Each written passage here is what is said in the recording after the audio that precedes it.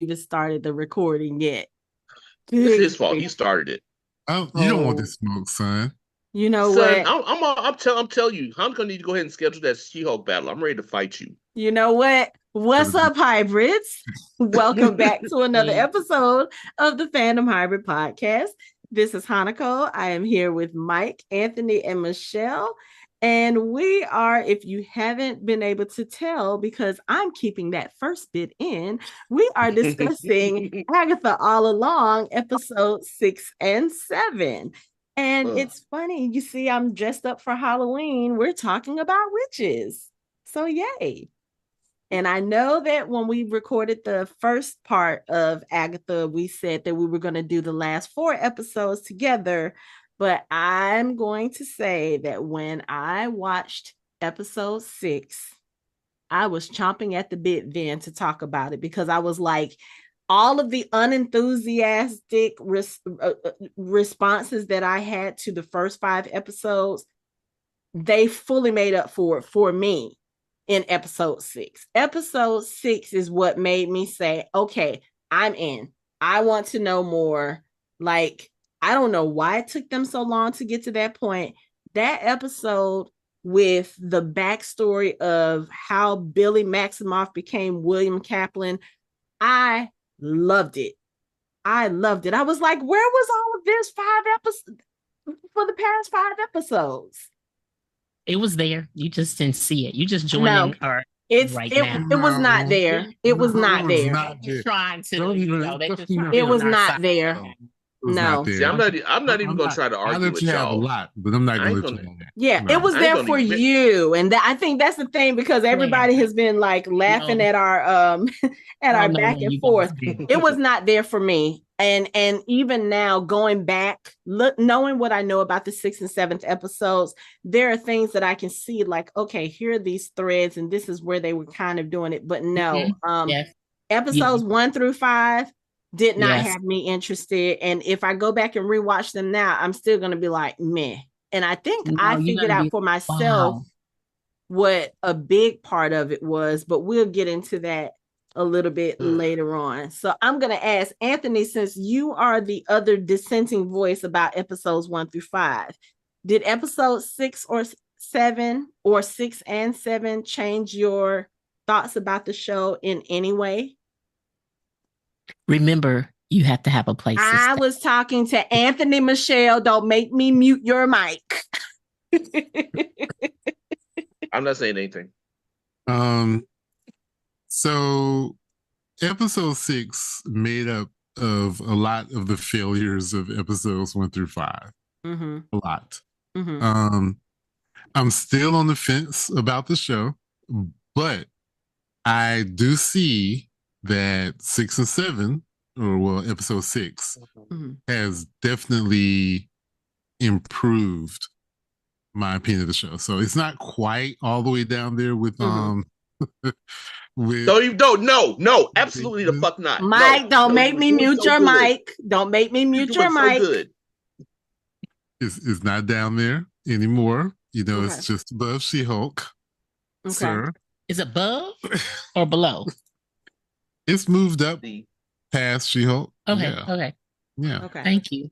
Yeah. But it's What about Hawkeye? Is it above Hawkeye? Oh, Hawkeye is like one of the better shows. So no. That's debatable. We need to wait till we get to the Anyway, the last two. Yeah. You need to get to the last 2 before you get there. So.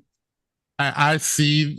Okay, so we're gonna probably argue about this. I'm gonna say my piece, and I'm not gonna say anything else about it. But it seems as if whatever issues they were having in the writing room, that they were somehow able to maintain and keep some of the things from those first 5 episodes and make something out of it that was much more compelling and interesting than what they started out with. Okay. So I'm not saying they had all this plan from the beginning. I'm just saying that maybe they were like, okay, this is kind of where we wanted to go, but all the other stuff around the framework was kind of bad. It was. Okay. But seems as if the framework was there. It was just not well written around that, which would make sense but they would be like, you know what, you're writing some trash. We're gonna have to change something, and it worked out for him. The dog is over here hitting me like, shut up, watch your head. Even the dog knows you're wrong. You see that? Even the dog knows. We're not going to say he's wrong. That is his opinion and what he took away from it. And I think that was part of the problem with the last episode, because y'all were trying to tell me and Anthony we were wrong. We're like, no, this is our opinion. This is what we took away from it. Like, if y'all liked it, that was fine.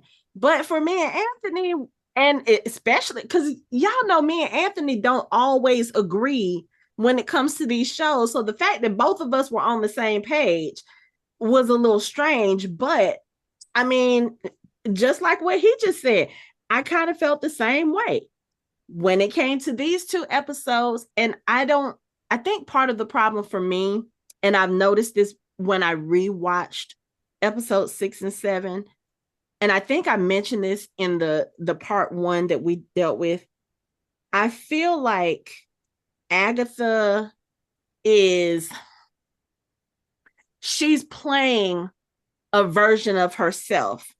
And that version of herself that she's pretending to be, the mean person, the snarky person, it's coming off very inauthentic to me. And I think that's what bothers me so much about it. That's why I don't really care for her character. There are some instances where I can go back now over the first 5 episodes, and then a couple of times in the 6th and 7th episode, where you kind of see what I feel like is the genuine her. She doesn't bother me in those instances, but the parts where she's being really snarky and when she's trying to put off this air of being this mean witch, and that's what aggravates me about her character. And because we saw so much of that in the first 5 episodes, I think that's part of the reason why I didn't like them so much. But episode 6 and episode 7, because they focused on, to me, 2 of the more likable characters on the show, I think that's why I was able to look at them a little bit differently. And then just William/Billy's whole story as far as how this came to be, that was just so fascinating to me, given what we knew about what happened in WandaVision. So yeah, I think that's, for me, that's probably what it is. It's more about building these characters up and giving us a little bit more background into how they are where they are now. And it's the characters that you were mostly more interested in. Yeah, what I hear you saying is that in the beginning you wasn't feeling Agatha, who this is about, her characteristics, and a couple of friends we did mention. But when it got to Billy, who you mostly was interested about, that's what pulled you in. But also because the story was more focused, and even with Lilia going through what she went through as far as jumping back and forth in time, it was confusing at first. But then when you see what her story is and basically how she's had to live her life, it makes sense because the story was more focused. I feel like in the first 5 episodes, it was just kind of all over the place. It wasn't focused, and again, on the characters that you were mostly interested in, focused on them. No, even if it was, even with it. Oh no, I mean, I totally get. I'm totally get what Hanako is saying. I can understand why she is now more pulled into it than before. Because like when we're talking about the witch with her curse and stuff, I mean, it wasn't her. However, it wasn't as a detailed story as Billy's episode. Right. Or a detailed story with our next episode. What it almost seems like as if we could probably look on Wikipedia and see, but it's almost as if each episode had individual writers. Like they were responsible for a character and they wrote the episode. And the strength of the episode was based on the strength of the writer. Does that make sense? It does. Yes. It does. Makes sense that it wasn't one cohesive person. Okay, so no, but for me, I disagree. Then I push back a little bit and disagree. there are those strings, and things do tie together. And I think it's like a roller coaster ride where it was just building up speed and getting to the height, and then this height was Billy episode, and now we're going for the ride. So I think it was just pulling us in. Like, I have been enjoying it, and I saw the pieces. So when it came together these last 2 episodes, I mean, I did. Y'all are just not getting it now, but I got it. I think the thing that bothered me the most. Wait, we got to get Mike's opinion about the 2 episodes first before we get to the bother. But Hanako said what bothered her, so I want to say that's fine. That's fine. Keep going. I already wrote down what I'm gonna say. So it's fine. The gush and shine and polish it. I just want to make sure I get what I wanted out before we go into y'all. I just wanted to say that what bothered me the most is it was very similar to the Acolyte. So those of you who watch the Acolyte will see that when we go back and redo time jumps, we go back and show you different perspectives of things that happen. That shit isn't really always good, and it's not necessarily great. Friends is nothing like that, though. I don't understand why Disney or Marvel, or I don't know why whoever's renting things over there thinks that this is a great way to tell a story. And it really isn't. That we're going to have flashback episodes to shit that happened before the show even started. So that actually kind of bothers me because I just want you to give me a story from beginning to end. And I don't need to go back and be, oh man, I need to go back and watch those first 5 episodes to see all the stuff that I missed because y'all gave me the episode that should have probably been the first episode. That's all I want. I'm not talking about what you said. I'm talking about what that's what it feels like. It's a whole different podcast. We're not talking about the Acolyte. It is not the same. All right, children, let's stop. What you have to say. I'm good. That is definitely not what happened. So I understand what both you and Michelle are saying. Michelle, I think the thing with the earlier episodes, and let's talk about the Alice episode, because like you said, it does seem like now they're starting to go to individually focused episodes. The episode that talked about Alice's curse, I think part of the issue was, even though it was focusing on her character, it wasn't focusing on her character. You had the little bit about the curse and about her mom and the protection spell, but then you also was trying to figure out what the hell Rio and Agatha were over here talking about, and then you had this, and then you had the stuff with Agatha's mom. It was just too much going on. And again, I think I said this in the previous episode, I am big about character development. Like, give me a story that makes sense. And even with the flashbacks for Billy and Lilia's, and technically speaking, Lilia's is flashback / time travel / whatever, it still kind of made sense because the focus of the episode was mainly on them. It wasn't all over the place. Oh, let's pull a, kind of like watching Discovery of Witches. Let's pull a thread here. Let's pull a thread here, pull a thread here, time in a knot. And that's the episode. I wasn't feeling that formula. I push back because Lilia episode, I don't think we got a deeper character development. Billy, yes. And see, that's where we'll disagree, because I think we got a lot more with Lilia. No, especially... I don't know. I just know she time travels. I just know she's now reading the things that was happening to her to get to the final conclusion before she dies. I didn't get anything extra. Like, I don't know what happened to this. Okay, you didn't. I did. That's the whole point of like did she have once a family, like anything other than the time travel and her learning things and totally now understanding why she goes back and forth and how she feels about that. We got that. Mm-hmm. But what else did you get? You didn't get that she was going without a coven? That she... Yeah, I got that part. We got that part. Yeah, I mean, everything about episodes. Everything about episodes, friends. Okay. All right. First of all, I wanted this to be a pleasant discussion about all kinds of nice things, but then you go bring up the Acolyte. Like, really? Okay, first of all, the Acolyte completely screwed up how it did time jumps. Like I was confused the whole time. That's one of the worst parts about the whole damn series. Is like you have to be really specific about time jumps when you're doing them.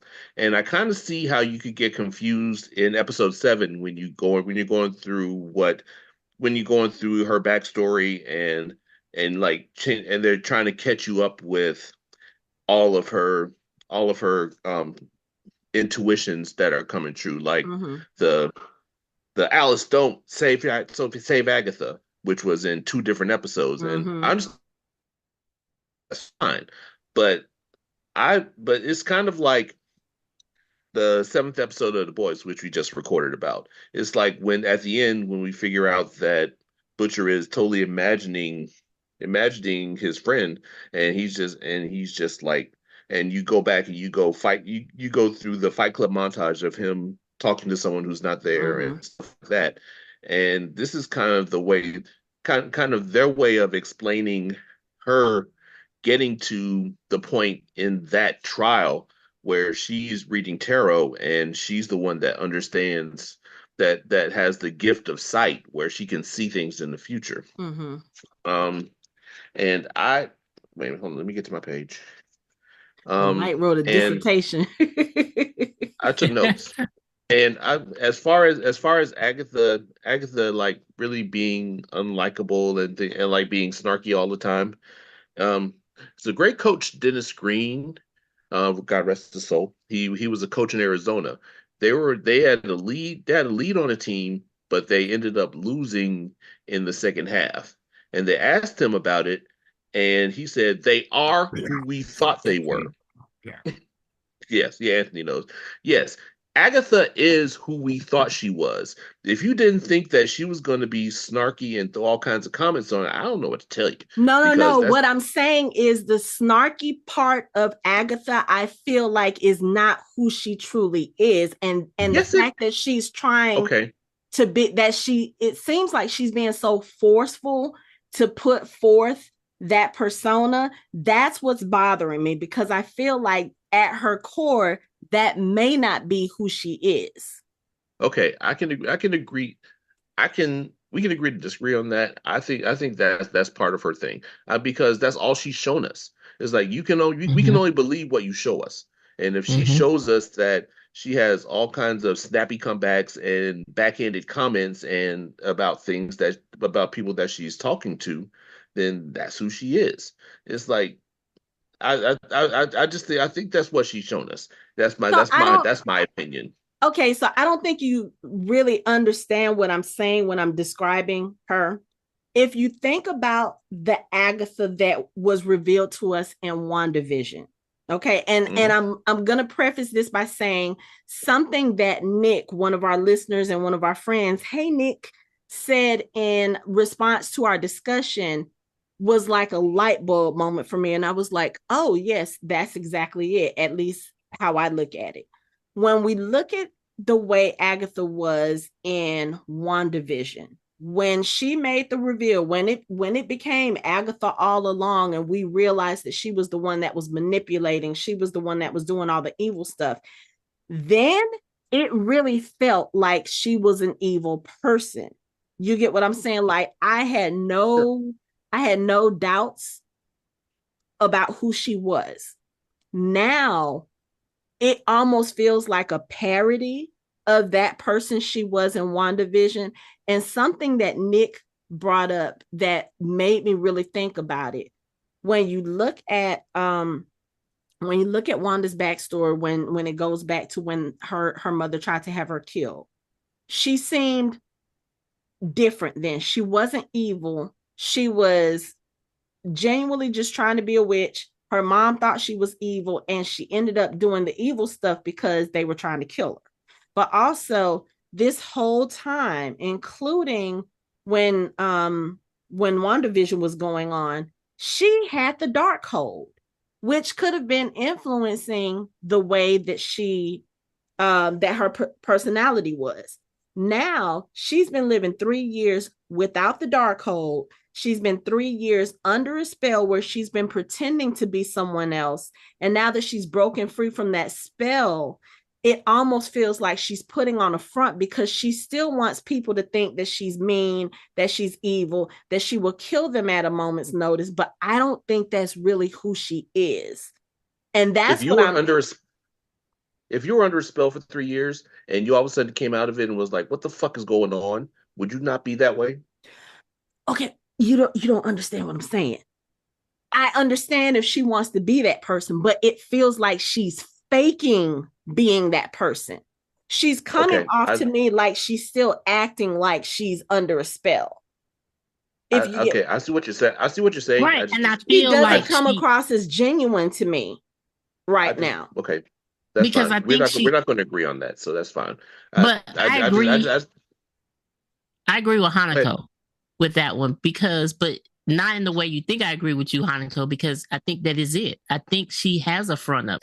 I think with all the stuff she has gone through, that she does pretend to be who she is. Mm-hmm. And no, we are not going to, in little moments through these 7 episodes, we saw a little glimpse of who she really is, but she has that wall up and she is hiding behind that. Mm-hmm. So we're not going to get the authentic her until you really get to know her and we pull away those layers. And I don't have a problem with that. I just don't like that. Like, okay, I'm going to put it to you like this. In Billy's episode, when we're going back through Billy's recollections of what happened to him and his meeting with Agatha, if you remember the scene where in Agatha's mind, it took place in the police station, but in his vision, it took place in her living room.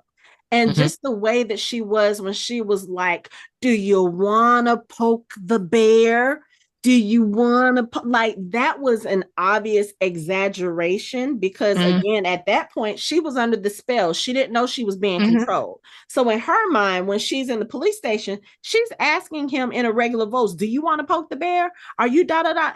That seemed like a genuine response. Okay. The way that she's acting now, it would be like me going around pretending like I'm the most vicious, vile person. But if you guys know me and know that I'm not that person, if you see me going out acting that way and obviously acting like I'm on a stage play or something, that will be bothersome. That's kind of how I perceive it. It's just like she's acting a part. And it's she knows that. I know for you, but that's what she's doing on purpose. And even her point of view and his point of view, she's still under the spell. That is not even truly her anyway, but it felt real to you because that's what the spell wanted her to be, like a true detective. But again, that's the front she's putting up and they believe it. The people around her believe those things. I'm going to keep carrying on. I don't know if I feel like they do. I'm sorry, Mike. I don't know if I feel like they do. But they do. They walk around and say how evil she is. Go ahead, Mike. I'm willing to compromise and say that part of it's real and part of it's fake. I think that she still has some of that in her personality where she has that snark because her snark is some of the snark that she says is too practiced and polished for her to be faking it. I think that she's been living for hundreds of years. She has plenty of time to pick up all kinds of snark and to be cynical about a whole lot of shit because she's seen a whole lot of shit. So I just think, man, we saw this when Billy looked her up and they went through everything that they've seen her in. I mean, from her being Jolene to her being at the Hindenburg to all this other stuff that she's been through. She's been through a lot, so she is entitled to have a level of snark. And I see what you're saying, and it could be as far as her maybe overdoing it a little bit. I can concede that she probably is. I can concede that. I'm just saying that, for example, in the Ouija board episode, when they were trying to punish her, she sits there, she's like, "This is why I don't have female friends," which I was like, that just fits right in with her personality. But that actually seemed like a genuine part. Like that was something that was genuine. But the rest of it is almost like she's still in Wanda's sitcoms and she's a bad actress. And I don't know, something about that is tainting the way that I looked at those earlier episodes. Okay, that's what I'm saying. Okay, and I can even attribute it to Anthony's complaint about the writing. It's like maybe she's being written uneven as far as her snarky comments. Like maybe some of her comments are written in a way where she performs them, they just don't land. Where other ones where she performs them, they land perfectly. So there's a balance there that is really precarious. Sometimes she hits it, sometimes she doesn't. I mean, it really doesn't bother me because I'm kind of looking at it as a whole of her being snarky. So, and then it takes me back to the episode where she takes Wanda back and goes through her life and the things that she says then, like when they're in the basement. I feel like she's still kind of in that lane. And I mean, there is the thing of her just coming out of Wanda's spell that we still have to deal with. That still is probably affecting her too. So I'm willing to concede that there are some parts that are proper snark and some parts that might be a little overdone. Also, real quick before we go on, um, out of everyone else, I agree that Billy's story has gotten. I mean, he got a whole episode. Basically, it's like Lillian didn't even really get a whole episode. She got 2/3 of an episode in episode 7 because most of that really wasn't her episode. I mean, it was like 4/5, but it didn't go into detail like it did Billy because they're going to put Billy in do more with Billy later. So of course they're going to like give more to his story, give us more of his story. And they knew that Alice. They said Alice. They didn't give us a lot of story about Alice. I mean, even Jen might be coming back later because there's certain things about her character in the comic books that says that there could be a place for her further down the MCU, but we have to wait for that because probably not going to learn a lot about her later. Not about her in this series. See, that's the thing, because I was feeling like, okay, so we got, like you said, most of Alice's background, or a bit of Alice's background in episode 5. And then you have Billy for 6, you have Lilia for 7. So I kind of felt like with it being just Billy, Jen, and Agatha remaining, we've already heard Billy's story. So I'm thinking Jen might be the next episode, might be episode 8, and then the finale episode will be like Agatha's story. At least that's the kind of the way that I would think, especially with the way that they've gone with these last 3 episodes. So I'm not going to just count Jen off yet, because I feel like whatever we need to know about her and her story and why she's on the road, I feel like we'll probably get that in episode 8, which I have not seen yet. Yeah, I just think that, I mean, they have a lot. They still have the ending, the grand finale of the road to get to, and a whole lot of other stuff. So they might not have time to get into her story that much. I mean, because she was the first trial was hers. Like that was her moment to shine. So if they would have given us the backstory, I think they would have given us a little bit more there. Which again Because is that one was of her the problems trial. that I have with the earlier episodes, because if that was her trial, like, you know how all I of see what them you're were saying. going through and they were seeing certain things that were bothering them, but we never really got her story except for her to say, he took my magic, and you don't really know who he is.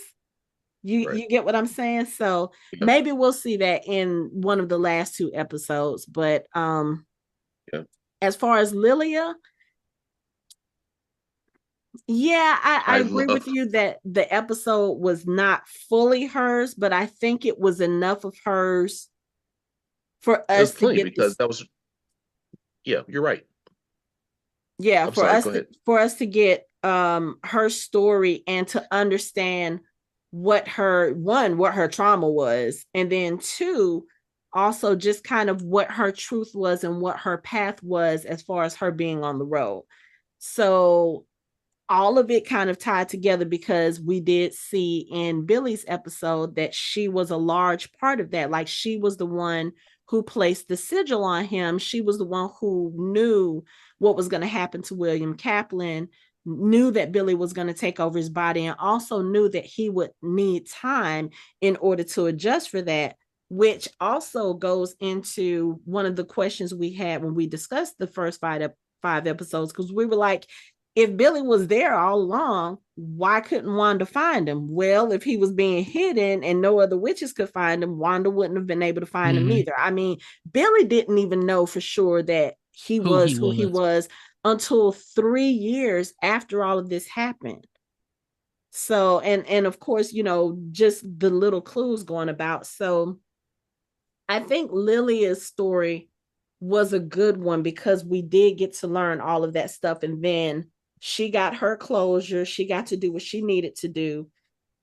And now we get to go further on the road. But I will say this, as far as those 2 episodes, like Billy's reveal, again, we got that at the end of episode 5 with the mic drop, and then you get it. And the way that they explained it and how everything happened, that was great. But I would say Lilia's episode, that was the one that had me emotional. That was the one that had me crying, because I was just like, no, I don't want her to go anywhere, because she is genuinely, again, one of the characters I like the most on this show. And it was just, once you learn what her trauma is and everything, she's like, look, I've been chased out of every village that I've ever been to. I knew when people were dying, all I saw was death. That's a hard thing for anybody to have to live with. And so for her to push her powers aside just so she wouldn't have to deal with that, but then to turn around at the end when she saves them all, she was like, I love being a witch. Oh my God. I was like, why are y'all making me cry now? Y'all couldn't do this a few episodes ago. But I mean, like Anthony said, it could be written differently, but I just, something about these 2 episodes, just, it like really grabbed me. Yeah, her episode was just incredible. Like, I mean, I know it's kind of wonky, but I like the way they handled like putting everything together. Like, I dig that, especially the end when she set the deck and started like calling out everybody's cards. Like, that was just incredible. And the reveal that we all kind of knew anyway, that Rio was actually Death.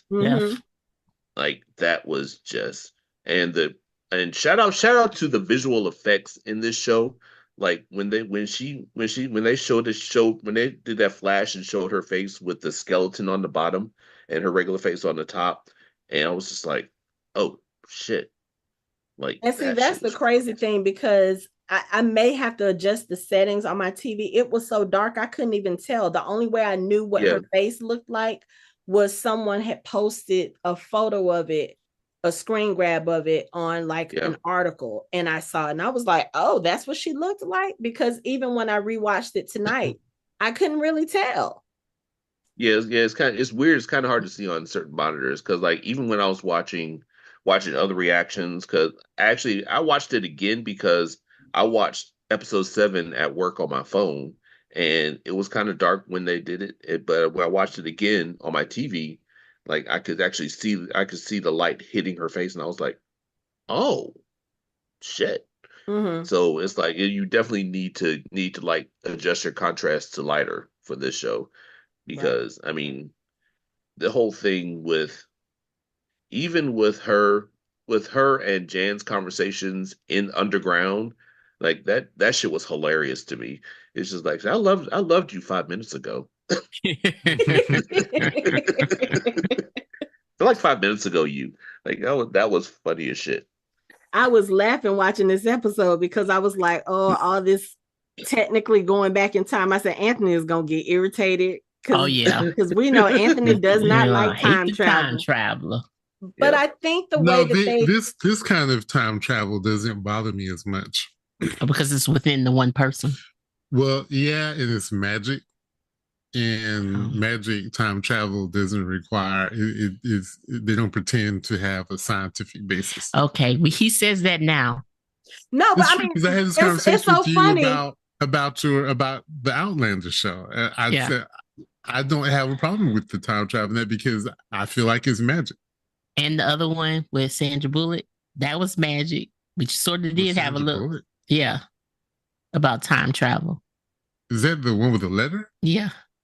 I told you that was fantasy too. Okay. Because at first she was like, I don't know about that. Okay. But no, when Lilia said time is a construct, I heard that in Anthony's voice. I have said that before. I know. That's why I heard it in I want to make sure I keep this recording. So when I see another show about time travel, we have conversations about time travel. I can refer back to this. If it's magic, I think the thing about Lilia's time travel that we experienced was that I think the thing that makes it easier to follow and more easy to digest is the fact that it's not like she's time traveling and she's interacting with herself, or it's not like she's interacting with other versions of the people that she's been surrounded by. We're literally looking at her time traveling, but for us, it's like flashbacks because we've seen her do these things, like when Teen and Agatha were in her kitchen and she was wigging out. When they show her time travel, her skipping through time and then putting it together so that we could see the whole picture, it was just kind of like, oh, that's what she was experiencing. So it didn't feel like usual time travel to me. It just felt like, oh, that's what she was going through. Yeah, and it's similar to the Bene Gesserit in Dune, where they connect with each other across time.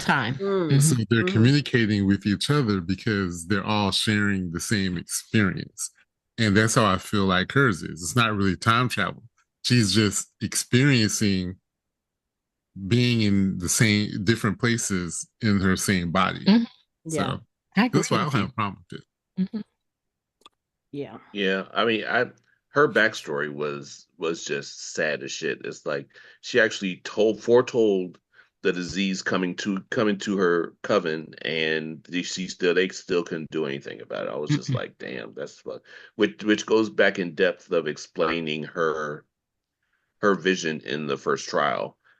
We see her maestra looking up, and then the specter of death behind her. And I was just like, oh, fuck. Okay. But that's, I mean, I appreciated her story so much. And I love the Uno reverse of her turning the tower right side up to defeat the seven. Like, that was awesome. And then the whole visual of the room turning upside down and everybody flying up and her catching the table was just like incredible. Yeah, like I love that. I loved it, but I'm so sad that she's gone now. Well, her and Alice, like, damn it, look, she's gone for us, but technically speaking, she's not gone because she went right back to the beginning of her journey. So going back to train again. Time is a construct. But okay, let's go back to Billy's episode because I have a couple of questions about William Kaplan. So when we get his episode starting, he's getting ready for his bar mitzvah. And there is, we get to see the programs there. Is it just me, or did it not say magic mitzvah?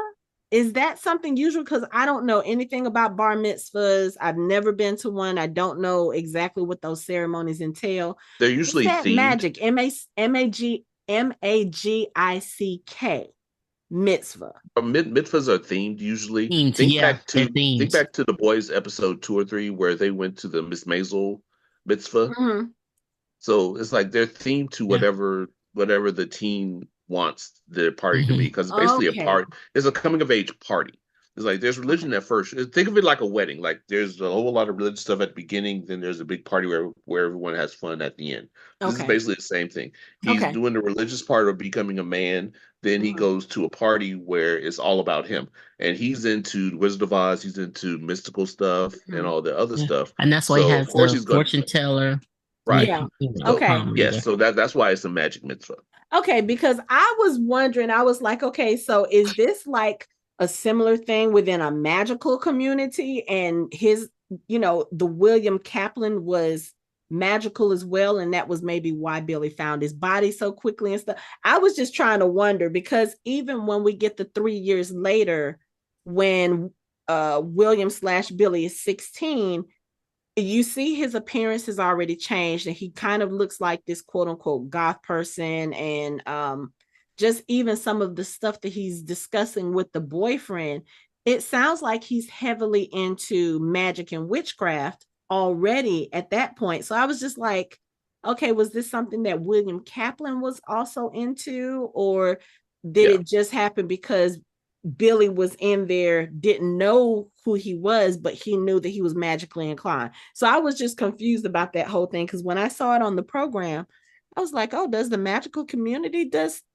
it will make sense if you have a magical being that just happens to be Jewish, that okay, if that's how they combine, that's how they and combine. Billy was actually lucky. Like this is part of. I think this is. I have a theory. I think that Billy, like Wanda's chaos magic had a lot to do, because Billy found the perfect host. And let's be honest, people, hundreds of people die a second, thousands of people die a minute. Mm-hmm. And but he had to find a body after. I mean, for some reason, somehow he found, after being in the bubble and escaping the bubble, he found the perfect body. Yeah, I mean, and I don't even know if I would say he found it. It just was great happened timing. that everything happened lined up. Yeah, that's what I'm saying. He's fortunate. Mm-hmm. Like that's just, but that's like, I don't know if that's part of Wanda's way of like the hex disappearing, like altered probability somehow for him to be able to find that, because Wanda's magic during Wanda's chaos magic it is partially probability based. She can alter probabilities, right? So so it's likely that that her power, she may have even subconsciously trying to save her kids. Her chaos magic created that situation for him to find a body that he would actually thrive in. Yeah, I mean, if you think about the end of, like, right around the time that the part that we heard in this one, when the kids were saying goodnight to each other, right before she walks out the room, when she's told them goodbye, like, of course, Tommy doesn't know what's going on, but Billy can read minds. And I think we said this even when we discussed WandaVision way back then. Like, Billy probably knew what was about to happen. And I don't know if there was some kind of communication taking place with him and Wanda, or if he just saw that in her mind, like, oh, okay, I'm about to have to kill my children. And like you said, maybe with his magic, he panicked. Maybe it was that he felt William's spirit dying and exiting the body, and his mind just kind of latched on that.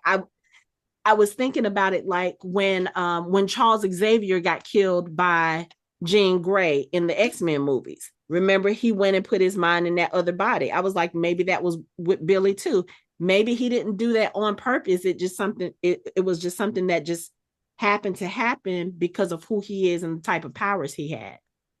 Yeah, I mean, he didn't jump into an 80-year-old. It was more about Wanda's power, not his power. Okay. I think. I mean, he didn't jump into an 80-year-old black man, so that would have been weird. It's like, because ultimately, Tommy and Billy are constructs of chaos magic of hers. So by extension, it would still be her magic controlling what was happening. Okay, does that make sense? Yep. So instead of, I'm not saying you're wrong. I'm just saying, the way I think about it is, it wasn't him using his magic to find a way out. It was her using her magic to adjust the probability that he would be able to find, a body or be put in a body, because we don't know if he did that or she did that. Right. I think it's more likely that she did, but maybe she didn't know that she did. Because remember, at the end of the day, she wanted to save her kids. So Okay. I think Billy probably, if he, I think he, I mean, because he was just not just figuring out the extent of his powers, like at the shootout, for example, where he could stop the bullet. Yep. Like he was just figuring out the extent of his powers. He was like, oh man, if I could do that, I wonder what else I could do. So, I mean, if he's there and he hears Wanda say, well, he can hear Wanda's mind saying that she doesn't want them to die. He's like, well, how can I prevent this? Like, well, I could probably lift our consciousness of these vessels and find another vessel.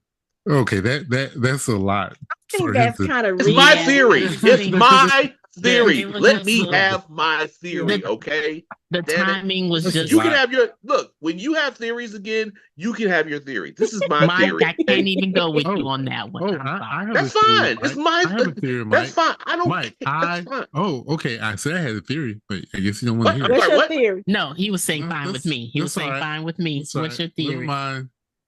No. See, you're a Y'all don't want teacher. to. Y'all don't want to hear my theory. What's your Oh, theory? What's your really? theory, Really? Anthony? You're gonna go My there? theory. I think I mentioned this before. This whole Witch's Road is a farce. Is fake, and this is something that Billy has created based on what he has heard about it. The road was a myth created by Agatha so she could lure witches who were either ambitious and wanted more power, or witches who were weak and wanted to get more power, so she could steal all of their power. That's why Wait, she's the only one to ever survive the witch's road, because she's killed is that them. how it went in the comics? I'm sorry. Is that how it went in the comics? I don't know. I don't read those comics. Oh, okay. I'm not a Wanda Vision. I don't really read the mystical stuff. Like No, that sounds. I mean that sounds entirely plausible. and that's why Uh, she doesn't know what the heck is going on. She has no clue what is happening. And the Yeah. thing is, probably trying to figure, and that's why she seems the way she does, trying to figure it out as she goes along. And it ties into the posters that's around his room. And she said, you have a tail just like your mom. So she knows that and how he has power, and all of a sudden he can't do it because he's expending so much power creating the construct that they're in. Mm. Like his mother. Yeah, just like his mom. He's doing the same thing, which I would think as a writer, I don't think I would kind of copy the same thing that was already done with WandaVision. But hey, if it worked before, why not do it again? And I mean, he's her son, so it wouldn't be unthinkable Copy. Yeah. to say that the realm of possibility. to say that he might be able to do the same thing, just maybe we can say on a smaller scale, but again, we don't really know how powerful he is. We have to think about it. He's still, in a sense, amnesiac. Like, he knows that he's Billy Maximoff now. He knows that he has a brother out there now. But even the way that he talks about them is a little detached, like he's not sure of them. Because when Agatha says something about his mom, or when she's referring to Wanda as his mom, he's like, she's not my mom. I already have a mom. It's very detached in a sense. Like, he knows that, okay, if I'm Billy Maximoff, she is my mom. And maybe also some of the stuff that Agatha said to him, as far as, oh yeah, she gave up her flesh and wires to save a town of people, a town of strangers, that could be affecting him as well. But I think we're still dealing with him trying to remember who he is and what exactly happened. Again, it's been 3 years. So with the trauma that he's gone through, he really could have blocked all of that out. So that could be a part of, why he can't access that magic too. And then if he can only access it in times of trauma, or, as he says, emotional heightenedness, just like he can really hear the people, hear what their thoughts are if they're very close to him and people that he cares about, like he told the boyfriend, then that could be the way he accesses his magic. It has to be through that kind of chaos, for lack of a better word, the trauma or the great emotion. And at that moment, I don't think Agatha was pushing him far enough for him to actually be able to use it.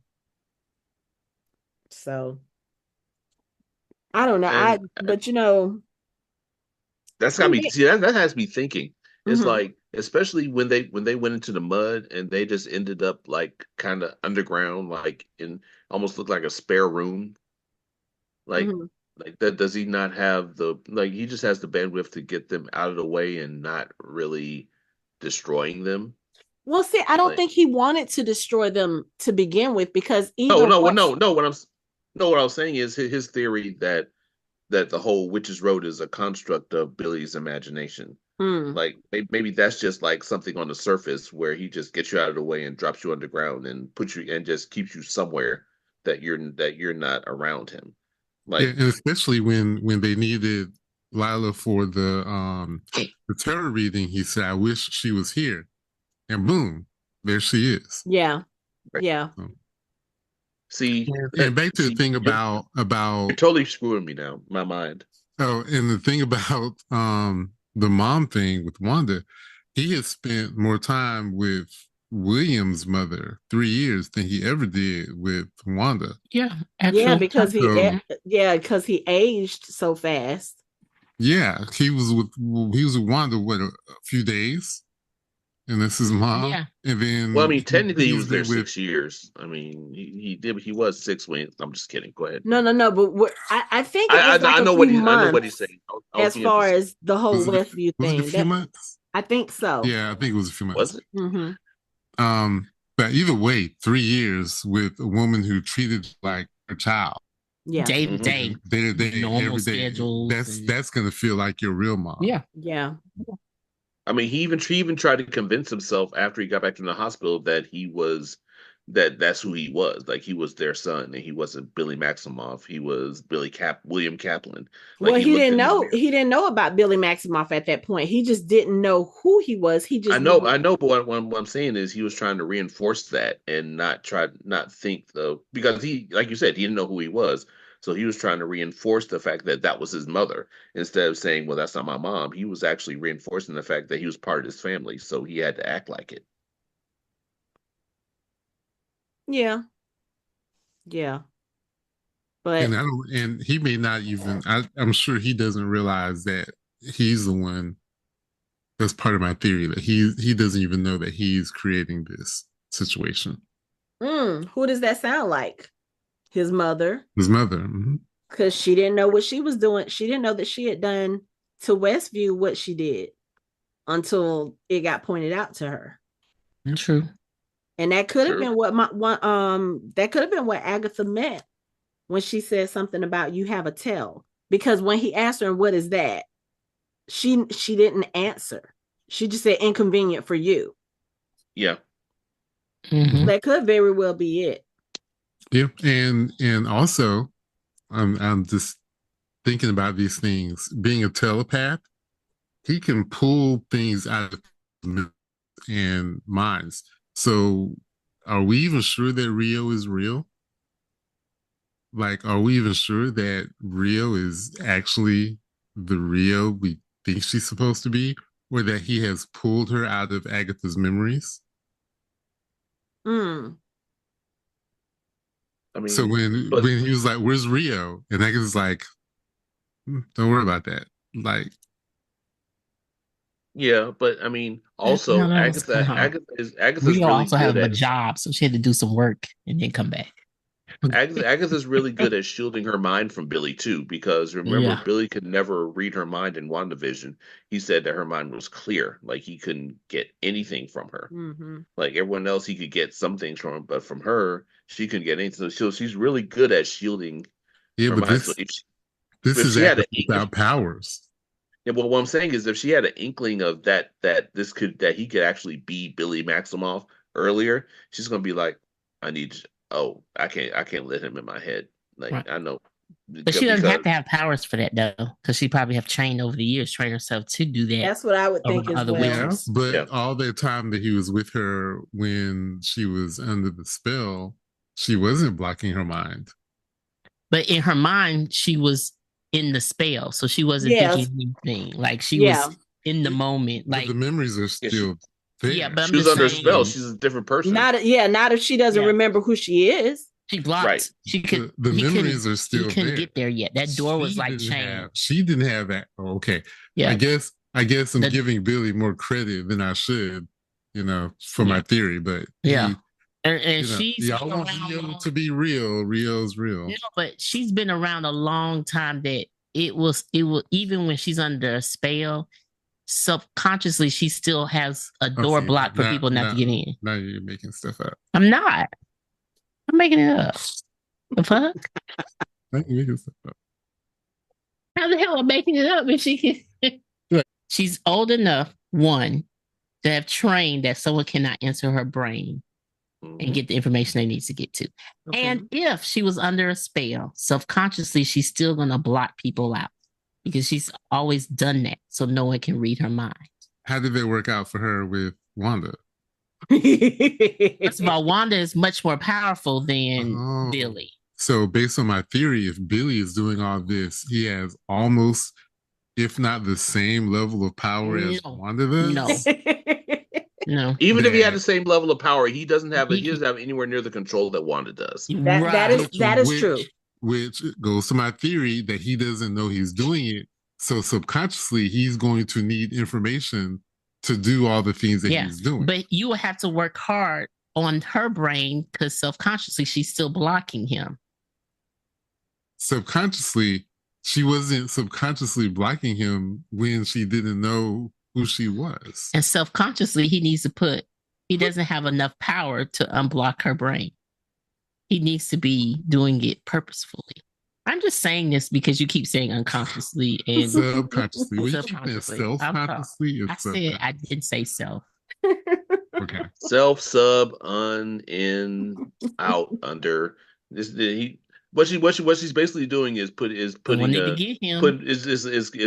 covering her mind so no one can see what's in it, and she only takes it off when she feels comfortable with somebody or when she wants to. Yeah, and to answer, the guard is up. The block is up. The block is there. Yeah, it didn't really help her with Wanda though, did it? Again, Wanda is a whole different entity.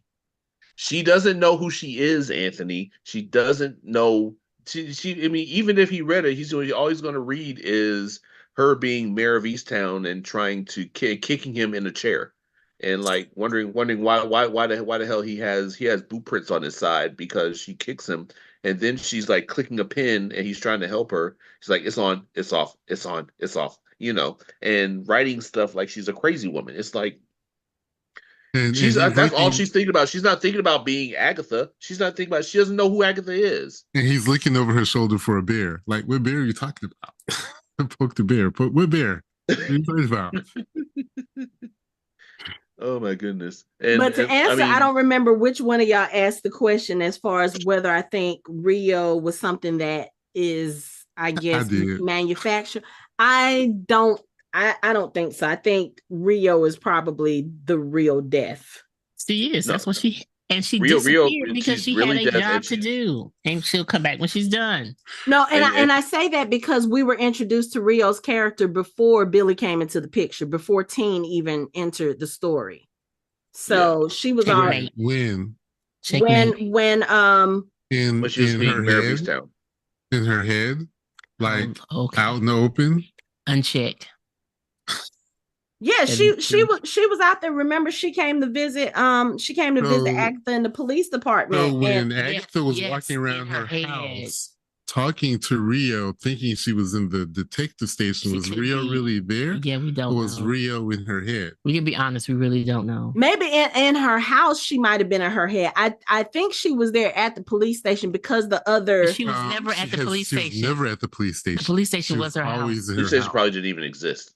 Yeah. Oh, that's okay. That's right. Because I keep forgetting we were looking at it from her point of view. Yeah. From the realistic point of view, she walking around her living room, talking to Rio, who wasn't even there. That was in her head. Which actually explained, maybe not. which explains the part where she well, and in the second episode when she was sitting down in the chair with the mirrors and the stuff and the like TV tray, like thinking it's a car, and I'm like, what the hell is she doing? Then I saw this episode, I was like, oh, I was like, okay, why does she think it's a car? I'm like, oh, she's pretty self-contained. Like her whole illusion is self-contained within like 2 or 3 houses, because she went out to Herb's rose garden and found a body. But so it's like everything's pretty well contained. So I'm wondering if she went into these people's houses thinking, like, if she went into Dottie's house thinking it was the library, and she went into what's his name's house thinking it was a pawn shop. Like, okay, you know what? Now that y'all are saying that, because I was only thinking about her point of view and Teen's point of view with just those two characters, but now y'all saying that makes a whole lot of sense, that none of that stuff, her finding the body, her being in the woods, none of that actually happened, even though the neighbors were kind of like, or what's his name, Herb, was like, hey, detective, fancy seeing you. So if that was all in her head, okay, I will say this. Thinking about that, now I need to go back and look at the first 5 episodes and see if that changes how I perceive things. Because I didn't even think about the fact that everything else was happening in her head.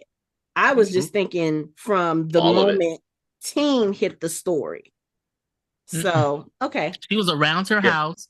The body was the rose garden in the daisy garden, the daisies, whatever she took pictures of in like close to neighborhood. So she's walking around just by her house, though, pretending to be a detective. That's why they're looking at her like, okay, we're just gonna let her go with this. And because I mean, what are you gonna do? It's like you're gonna risk her having powers and like blasting you like into a negative universe or something. Like, but they don't know that. They just assume like she's still. They don't know if she can or can't. Exactly. Yeah, so you they just don't even like, know that she hey, has Wanda, powers. They're yeah, just sure, like, I'm a librarian. Yeah, they're thinking, well, maybe she's still under Wanda's spell and she just couldn't get clear of it. Well, they did know she was still under Wanda's spell, because I think Herb even said that when she walked across the street. She was like, how long have I been in this spell? He was like, 3 years. And she was like, the fuck? Well, So they just they just went with it.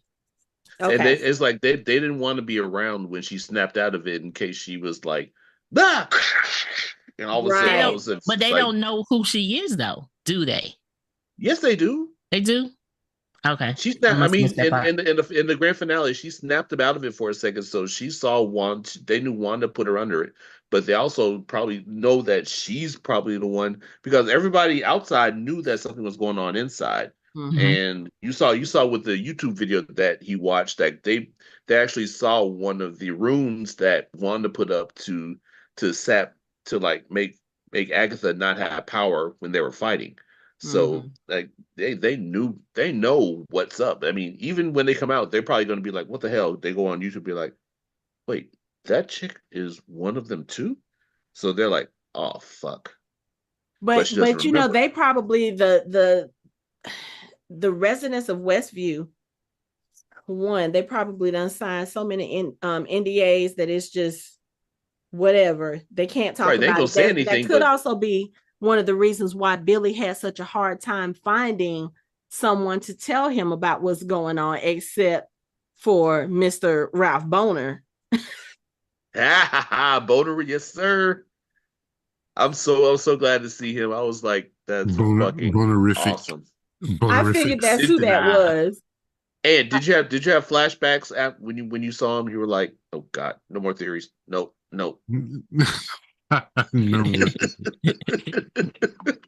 I was actually sitting there thinking that, because when he showed up, I said, oh my, and not just then. I think it was in one of the first few episodes. I think we mentioned this when Jen was the one who mentioned Mephisto. I was like, literally, that triggered me, because I was like, oh no, we can't do this, because we talked about Mephisto so much. When we talked about Mephisto. But Mephisto confirmed. We participated in the discussion, so I'm saying we as a collective. And it wasn't just Mike, it was Lori too. But it was just one of those things. When Jen mentioned it, I was like, oh my God, are we going to start this again? And I was like, no, we can't do this. Wait. Was the Quicksilver thing, was that the thing that broke me on the theory? Yes. Was that Well, it? no, the person that Captain Marvel was supposed to be meeting, where we kept Well, we theorizing thought it was Reed Richards. Yeah. But yeah, I think Ralph Boner broke you. I think that broke you. Yeah, we were I like, think what? that was the cracking of the foundation. Yeah. Yes. Yeah, I think that broke the theory train. That derailed the theory train. Yeah. Yes. Yeah. Yeah, I think that was it. That's why I was worried. I was like, poor Ant. He's probably gonna have flashbacks on it. Like, boner, bitch. No more theories. I mean, it was fun to have him in there because it's like when you listen to the conversation that Teen is having with him at that time, you do remember, okay, yes, Wanda did this and she had the town captive, but then you also, like I said, at that point, you are reminded that Agatha was the quote unquote villain at that time because she knew what she was doing. Wanda did not, and so to see Ralph go through that and recollect that and the type of trauma that he's dealing with from that, I was like, okay, so seeing him and seeing the way that he's reacting, like that's reminding me of who Agatha is supposed to be. And like I said earlier, I'm just not really getting that from her now. But again, that could be explained because of the fact that she had the dark hold back then and now she doesn't. And then also going back to the dark hold and going back to your question about death and all this. So if Rio is death and Rio has already stated that she did something to someone she loved that was bad, which we all know she's talking about Wanda. Also side note, all of the queer coded jokes in these episodes were hilarious as hell. But anyway, going back to that, do you think that Rio has something to do with Agatha's son disappearing, whatever the sacrifice was? Because we don't even know if Agatha's son is dead or not. He might still be alive. He might be, we don't know. But do you think Rio has something to do with that? And she's trying to keep that from Agatha, like maybe her son is still alive, but she doesn't want to tell Agatha, or I think she absolutely has something to do with it. Whether he's alive or dead, whether she helped make a deal to broker for his soul, or she took him early before Agatha felt he was supposed to go. Like maybe he died young and Agatha blames her for that. Like, and it was something that was basically out of her hands. Like she was just doing her job, like escorting him to wherever he needed to go after life. Because I mean, it could be a couple things, but I think she was definitely directly involved in. That's why Agatha is just like, I can never forgive you, because she took her son. She took the one thing that she loved more than life away. So I think she definitely has something to do with that. Okay. And that's why she could definitively say that Teen wasn't her son. Like, because she could see that she was trying to get attached in that way. So she pulled her aside and was like, hey, that's not him. Like, and she knew for a fact that wasn't him. Like, you could tell that she was sure. So she definitely has something to do with it. Okay. Other questions. Now that we've sat here and discussed the fact that Agatha was basically in her head for all of that stuff. So technically speaking, she did not see a body. So are we still thinking that Wanda is dead? No, Wanda's alive. I mean, you and I have said that Wanda's alive. I think Anthony was one who was like, no, Wanda is dead for all intents and purposes. Do you still think Wanda's dead for all intents and purposes? No, Wanda's not dead, and that's why I have on she her. Is alive. Her Mickey ears, Wanda's ears. She's still alive. Okay. Wanda's alive. Then again in the what do we say? If you don't see the fucking body, That's they're true. coming back. That's And true. and That's Agatha why I think definitely Johnson's did coming not back see a in the Fast body. and the Furious. But She that's saw another some. story. You can see a body and they come back. Well, this is Right. true. So what makes you think that she's dead then? There. It's a feeling. She's dead. What if She's They're he? trying dead. they're trying to move on from all these old folks. She's one of the most Replace popular with new characters in the folks. MCU. If they can keep her around, they're going to keep her around. And they made her death they did her death that way on purpose, because that way, if they wanted to bring her back, they could bring her back. If not, then they'll be like, well, yeah, she died. Duh, a whole mountain fell on her. Duh. But then if she comes back, they're like, she's a Scarlet Witch. Of course she got out of it. Duh. Right. So it's like they have plausible deniability on both sides. Yeah, we saw So Tony Stark die, and apparently he's coming back too. So But damn right, he you changed know bodies and what? became Doctor Motherfucking Doom. You damn right he did. So yeah, he could. Everybody comes back. nah, I'm gonna stick to it. She dead. I don't She's know why. not Oh dead. my No, gosh, she is not She dead. dead. Okay. she's not dead. She's alive. I'm trying to tell you, in like 3 years, there's going to be a Scarlet Witch movie before a Blade movie. I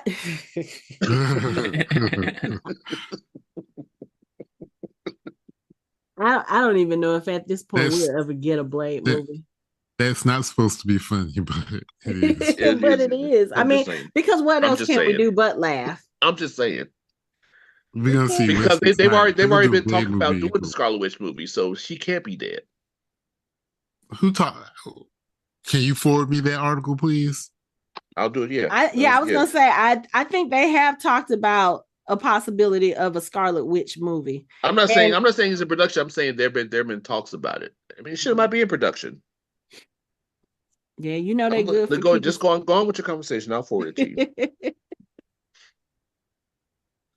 A solo Scarlet Witch movie is in development at Marvel, but is not expected to begin filming anytime soon. It's in development. So yeah, like you said, we might get it before Blade. Which means she ain't dead. I think it's in the same pile as Blade. I think it's sitting in the same stack of scripts. It's not the same and pile, I will same say this, pile. Mike.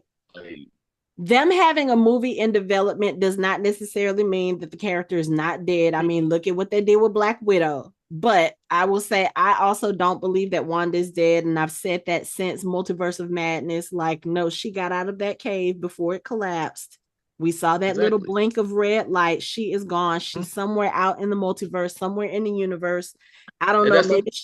Maybe she's sitting with the Watcher somewhere, like, okay, so where can I go next? I mean, I don't think. I mean, look at it this way. Marvel doesn't do anything accidentally.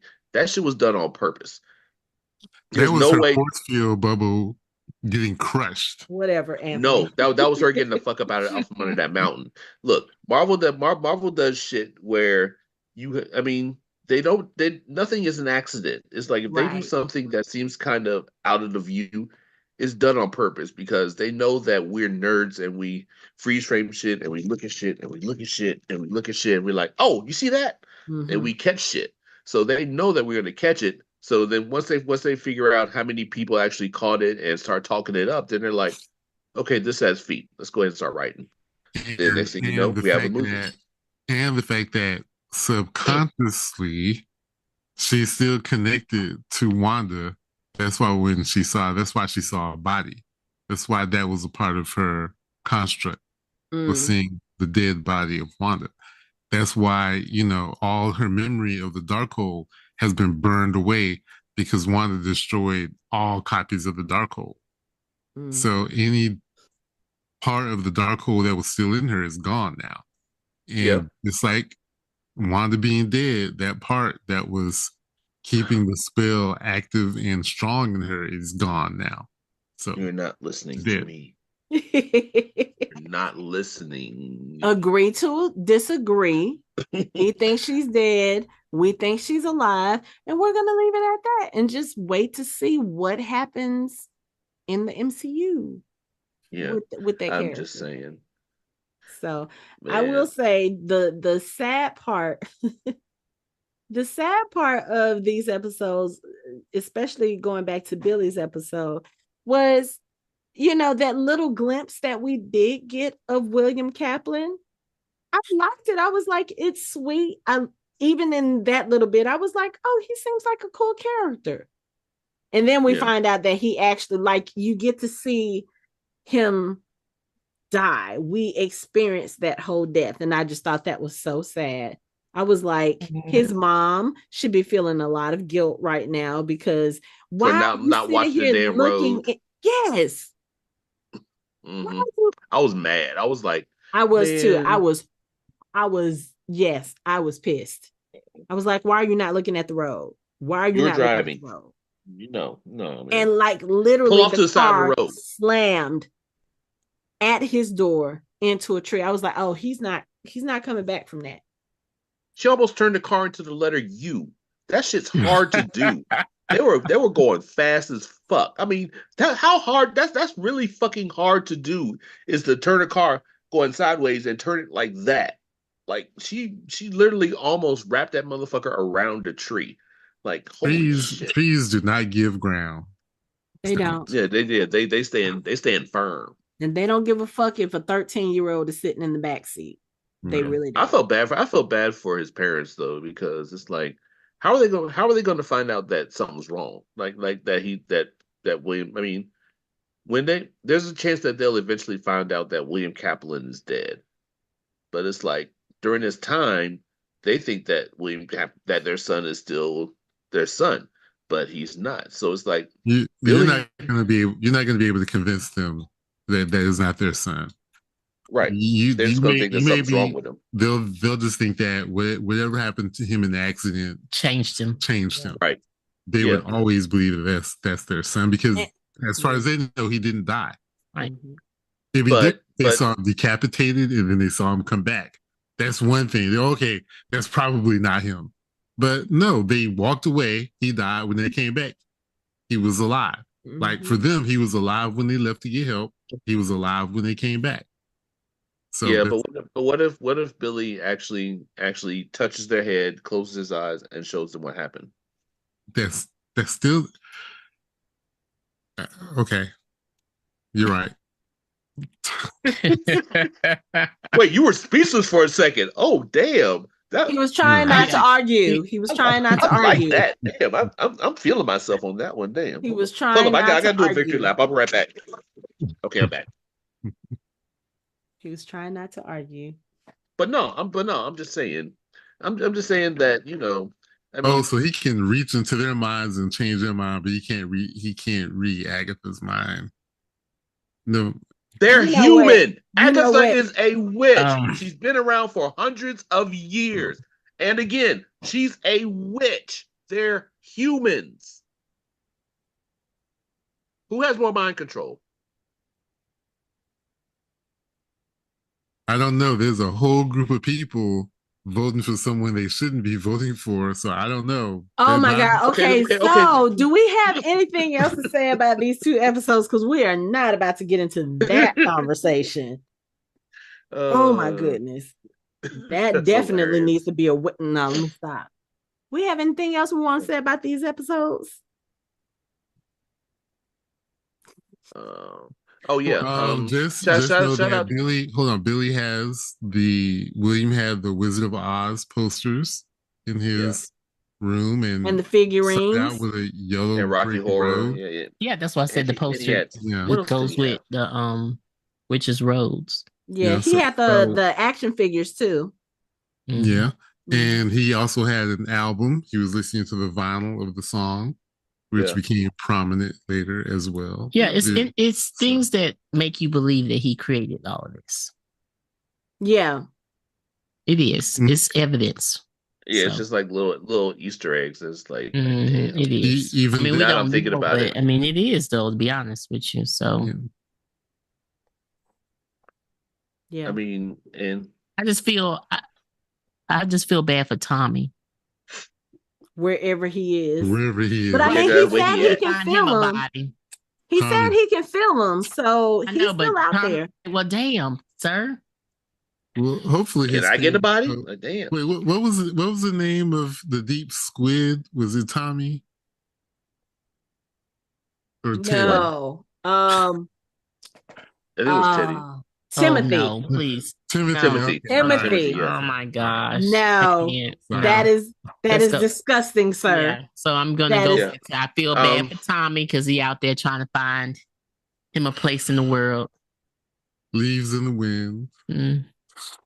Man, Light a candle. Shout out to Agatha, like not like just losing her fucking mind and throwing tarot cards on the table, knowing that swords are falling out of the sky. I'm like, ma'am, if you lost your fucking mind, it's like I'm like, as soon as she started doing it, I was like what part? And then she was like, we'll just put him down in any combination until we run out of swords. I'm like, you're on the witch's road. You don't think those swords are going to magically reload? I mean, it's not like there's a finite amount of swords. You're in a mystical place. They're going Billy to was regenerate. like, ma'am, where did you learn math? Because that math ain't math. Like, that's a lot of combinations, ma'am. That is a lot of combinations. I don't think you thought that out thoroughly.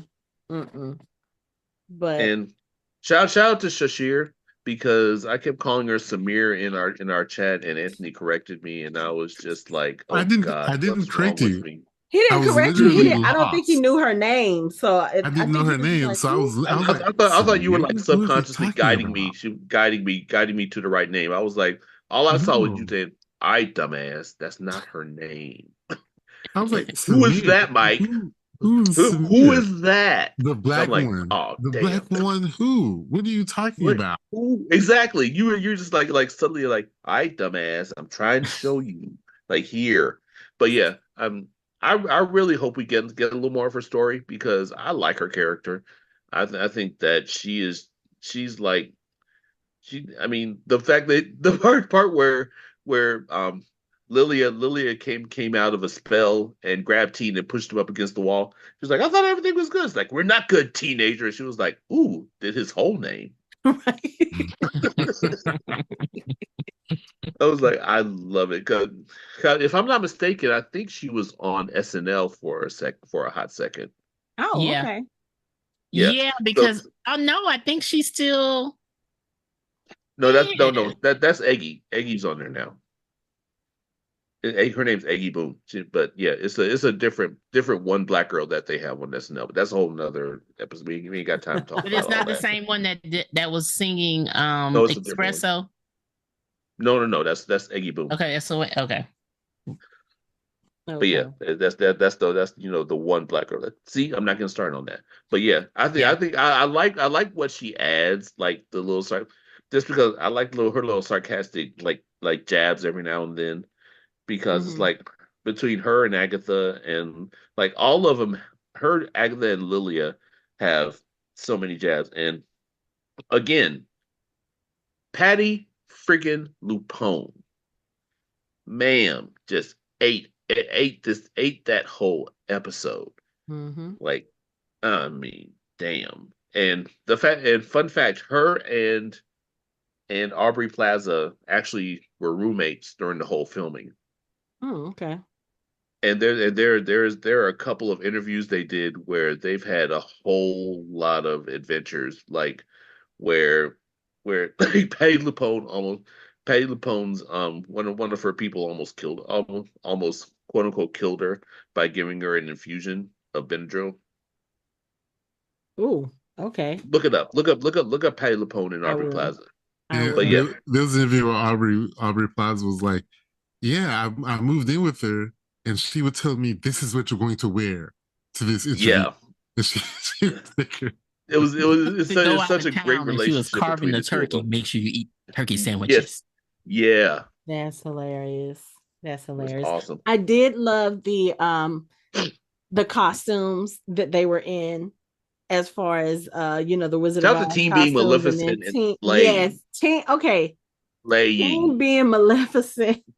He was like, well, if the cheekbones are cheekbone, I was like, yes, they are very much so. They looked fabulous, but I'm so mad that they put Jen in the evil evil crone from Snow White costume, because that was not cute. And what did she say? She said we'll have our. What did she say? We'll be indignant about the cultural something. She said something. She's like, easy. We'll do our cultural complaints later or something like that. Yeah, cultural appropriation or something she said. Yeah. It was funny, but I was like, they were dead ass wrong for putting her in that particular costume. Because she It's looked, actually still cute. They chose the one Disney witch that we know is a potions master, and that's where Jen is a potions master. So. I know, but still, it's like Yeah. everybody else is looking fabulous, and she literally looks like an old crone. I did not appreciate that, but otherwise I love the costumes. Okay, the one witch from the Salem 7, the last one who came up and she turned around and she kind of did that neck crick. I was people who move like that, and it's like that very precise neck move. It makes me feel like somebody is walking on my spine. It's creepy. I did not like it, but at the same time, I appreciated it because it kind of added a little something to that scene, because you knew that Lilia was about to die. And you knew that, these specters, whatever they're supposed to be, you knew, quote unquote, I'm saying this in quotes, you knew that they were about to kill her. And then all of a sudden, she flipped the switch. She flipped the card literally. And she created her own destiny, but she also got rid of the Salem 7. I loved it. But I was like, now she has to fall. Now she has to die. And I was not happy about that. I don't think you had them all. It wasn't all of them. It wasn't all of them. Yeah, well, they just couldn't fit them all in that scene, but they made this verse that it was all of them. Okay. It's just counted them in the scene, so they just didn't. Okay. Shout out to them doing another brilliant needle drop. Another brilliant needle drop with Time in the Bottle. So that song, if it's placed very well, it's going to make me cry. It made me cry when it showed up in the final scene of A Discovery of Witches, even though it was a different version. But this version, the Jim Croce version, that is so ingrained in my head from my childhood, because if you were a child of the 80s and you saw the Time Life Classic album commercials that came on Channel 17, that song was always one of the songs that they played on those commercials. It's like stuck in my head. I always think of there was an episode of the Muppet Show where there was like a scientist who was making a potion, and every time it poofed, he got older, and then he got older, then he got younger again. But it's like, this is an episode of the Muppet Show that I think of every time I see that hear that song. Yeah. But yeah, that's one of my favorite songs, and whoever's doing their music is fucking incredibly killing the fuck out of it. Yeah. Like I will say that they have not dropped the ball on the music. Now let's hope that these next 2 episodes, the finale episodes 8 and 9, let's hope they don't drop the ball on these either, because like I said, I really, really enjoyed 6 and 7 much more than I did the first 5. But now I need to go back and rewatch the first 5 episodes because of what we were saying about Agatha and everything being from her point of view. Because again, I was thinking about everything being from her point of view from the time Teen showed up. I didn't even think about the earlier stuff. So now I got to go back and rewatch it. But okay, so now change your mind. We just might. We'll see. But if nobody has anything else to say about the episodes, that is it for our show. You can find us online at www.fandomhybrid.com. We are on social media, on all the social media at Fandom Hybrid. You can chat with us on our Discord channel. You can watch our videos on our YouTube channel, and you can listen to us on all major podcast streaming platforms. Thanks for listening. We hope you join the conversation next time.